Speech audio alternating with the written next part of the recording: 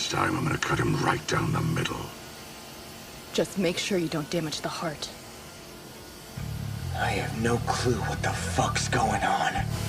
But I'm gonna go out on a limb here and say you two are bad guys. The kind that mean business. Love me some baddies. Can't get enough. You know why that is? No one gives a shit when I carve them up.